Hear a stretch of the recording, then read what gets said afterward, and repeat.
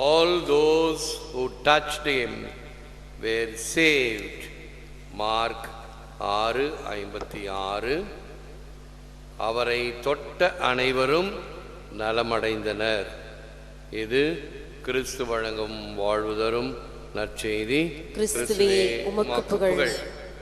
கிரேஸ்வல் அன்பார்ந்த சகோதர சகோதரிகளே, அன்பார்ந்த தொலைக்காட்சி விசுவாசிகளே,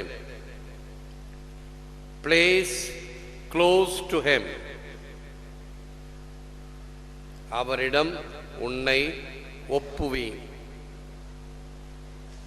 நம்முடைய செல்போனில் நிறைய வசதிகள் உள்ளன.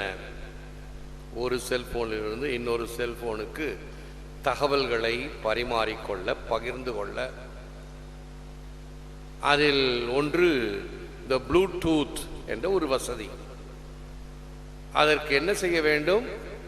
2 செல்போனும் பக்கத்தில் இருந்தால் உடனடியாக எங்கிருந்து அந்த செல்போனுக்கு அந்த தகவல்கள் எதுவாக இருந்தாலும் பகிர்ந்து கொள்ளப்படும்.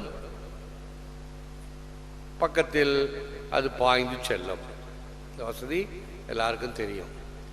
இப்போ இந்த வசதி இருக்கிறதுனால இப்போ பல கருத்துக்களை நாம் ஏற்க முடிகிறது. ஆண்டவருடைய அருள் ஊடுருவி பாய்கிறது என்று சொல்லும் பொழுது முன்னாலெல்லாம் அது யோசிக்க வேண்டியதாக இருக்கும், அது எப்படி பாயும் அப்படின்னு. அதே போல் இந்த ரிமோட் கண்ட்ரோல், மனிதன் முதல் முறையாக விண்ணிற்கு சென்ற பொழுது இங்கிருந்து இயக்கினார்கள் ரிமோட் கண்ட்ரோல் என்று சொன்ன பொழுது நமக்கெல்லாம் அது புரியாத புதிராக இருந்தது. எப்படி அவ்வளோ தூரத்தில் இருக்கிறத இயக்க முடியும்? இப்போ சின்ன பிள்ளைங்களுக்கு கூட தெரியும் ரிமோட் கண்ட்ரோல் என்றால் என்ன. தூரத்தில் இருந்து கொண்டு ஒரு டிவியை இயக்க, டிவி மட்டுமல்ல எது வேண்டுமானாலும் இயக்கப்படும்.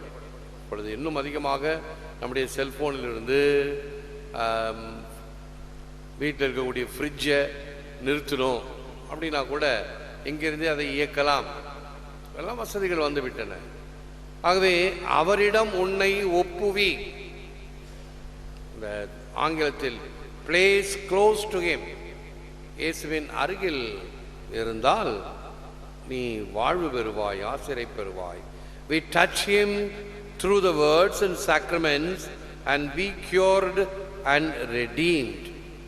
வார்த்தை மற்றும் அருட்சாதனங்கள் வழி நாம் அவரை தொடுகிறோம். அல்லது நம்மை அவர் தொடுகிறார், தொடப்படுகிறோம். We have not a hem or a garment only of Christ, but have even his body that we may eat thereof. If then they who touched the hem of his garment derived so much virtue therefrom, much more they that shall receive himself whole. St. John Chrysostom. கிறிஸ்துவின் ஆடையின் விளிம்பு நம்மிடம் இல்லை, ஆனால் அவரது உடலையே உண்பதற்காக நாம் பெற்றுள்ளோம். அவரது ஆடையின் விளிம்பை தொட்டவர்கள் எவ்வளவு நன்மை அடைந்தார்களோ அதைவிட மேலானதை அவரை பெறுபவர் அடைவர். இந்த கருத்தை இயேசுவின் ஆடையை தொட்டால் குணம் பெறுவேன் என்று ஆடையை தொட்ட பெண் குணம் பெற்றதை இன்னொரு வகையில் நாம் சிந்திக்கலாம். இயேசுவின் ஆடையை தொட்டவருக்கே இப்படி அருள் கொடுக்கப்பட்டது என்றால், அல்லது இயேசுவின் ஆடைக்கே இவ்வளவு வல்லமையும் சக்தியும் இருந்ததென்றால், இயேசுவை தாங்கிய தேவதாய்க்கு, கன்னிமரியாளுக்கு எவ்வளவு வல்லமை இருந்திருக்க வேண்டும்? சாதாரண ஒரு லாஜிக். ஆக வல்லமை பொருந்தியவர் நம் தேவதாய். தேடி கண்டுகொண்டேன், தேடி தேடொனா தேவனை என்னுள்ளே தேடி கண்டுகொண்டேன். காண கிடைக்காத, அணுக முடியாத ஒளியில் இருப்பவர் இறைவன் என்று ஒரு திருவழிபாட்டு பாடல் உள்ளது. அணுக முடியாத ஒளியினுள். எப்படி சூரியனை போய் அடைய முடியாது. சூரியன் ஒரு எரிகின்ற கோள். சந்திரனை போல ஒரு கோள உருண்டை அல்ல, அது ஒரு எரிகின்ற ஒரு பந்து. சூரியன் பிரம்மாண்டமான ஒரு தீக்கோளம், அதன் உள்ளே போக முடியாது. அப்படி அதைவிட அணுக முடியாத ஒளியாக இருப்பவர் கடவுள். அவரை தேடி கண்டுகொண்டேன். தேடோன்னா கண்டுபிடிக்க முடியாத தேவனை என்னுள்ளே தேடி கண்டுகொண்டேன். ஒரு கதை ஒன்று சொல்லப்படும். இறைவன் ஒரு விளையாட்டு விளையாடினாராம். இந்த ஹைட் அண்ட் சீக் பிள்ளைங்க விளையாடுவாங்க இல்லையா, கண்ணாமூச்சி விளையாட்டு. அப்போ இறைவன் கேட்டாரானா, எங்கே போய் பதுங்கிக்கிட்டா மக்கள் கண்டுபிடிக்க முடியாது அப்படின்னப்ப கடலுக்குள்ளார, காட்டுக்குள்ளார அப்படின்னு எல்லாரும் சின்ன பிள்ளைங்கள்லாம் சொன்னாங்களாம். ஒரே ஒரு புத்திசாலி பிள்ளை தான் சொல்லிச்சான், நீங்கள் மனுஷனுடைய உள்ளத்திலேயே போய் பதுங்கிக்கிட்டீங்கன்னா அவன் வேற எல்லா இடத்துலையும் தேடுவான், அந்த இடத்தை தவறின். அதான் உண்மை. தேவனை தேடனா இடத்தை தேடி கண்டுகொண்டேன். அவர் என்னுள்ளே இருக்கின்றார். இம்மானுவேல் ஆகிய கடவுள், நம்மோடு இருக்கின்ற கடவுள், நம்மிலே தங்கி இருக்கின்ற கடவுள் நம் உள்ளத்தில் இருக்கிறார். ஆகவே முழந்தாள் இருப்போம், ஜெபிப்போம்.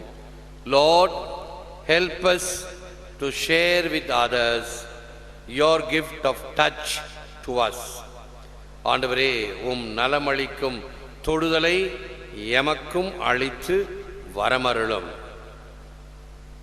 எல்லாம் வல்லவரே, நல்லவரை போற்றுகிறோம், புகழுகிறோம், நன்றி கூறுகின்றோம், ஆராதிக்கின்றோம். தேவரீதாமே, இந்த நற்கருணையிலே எமக்காக விற்றிருக்கின்றேன்.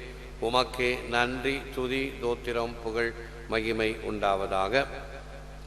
நீரே எம் ஆண்டவர், நீரே எம் ஆற்றல், நீரே எம் அனைத்துமாக இருக்கின்றீர்.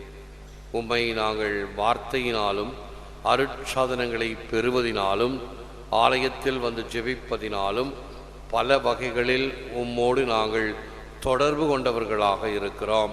நீர் எம்மை தொட்டு ஆசீர்வதிக்கக்கூடிய வகையில் பல நலன்களை எம் மீது பொழிந்துள்ளீர். இவற்றுக்கெல்லாம் நன்றி பாராட்டுகிறோம். எம்மை தொடர்ந்து ஆசீர்வதியும். உம்முடைய கண்ணின் கருமணி போல எம்மை பாதுகாத்திரளும். உள்ளங்கையில் எங்களை தாங்கியருளும். நாங்கள் மட்டுமல்ல, எம்மோடு சேர்ந்து செபித்து கொண்டு இருக்கக்கூடிய எண்ணில்லாத மக்கள், உள்நாடு வெளிநாடு அருகில் வெகு தொலைவில் என்று ஜெபித்து கொண்டிருக்கிற மக்களை ஆசீர்வதியும். எங்கெல்லாம் உமது அருள் தேவையோ ஆசீர் தேவையோ அவர்களுக்கு பொழிந்தருளும்.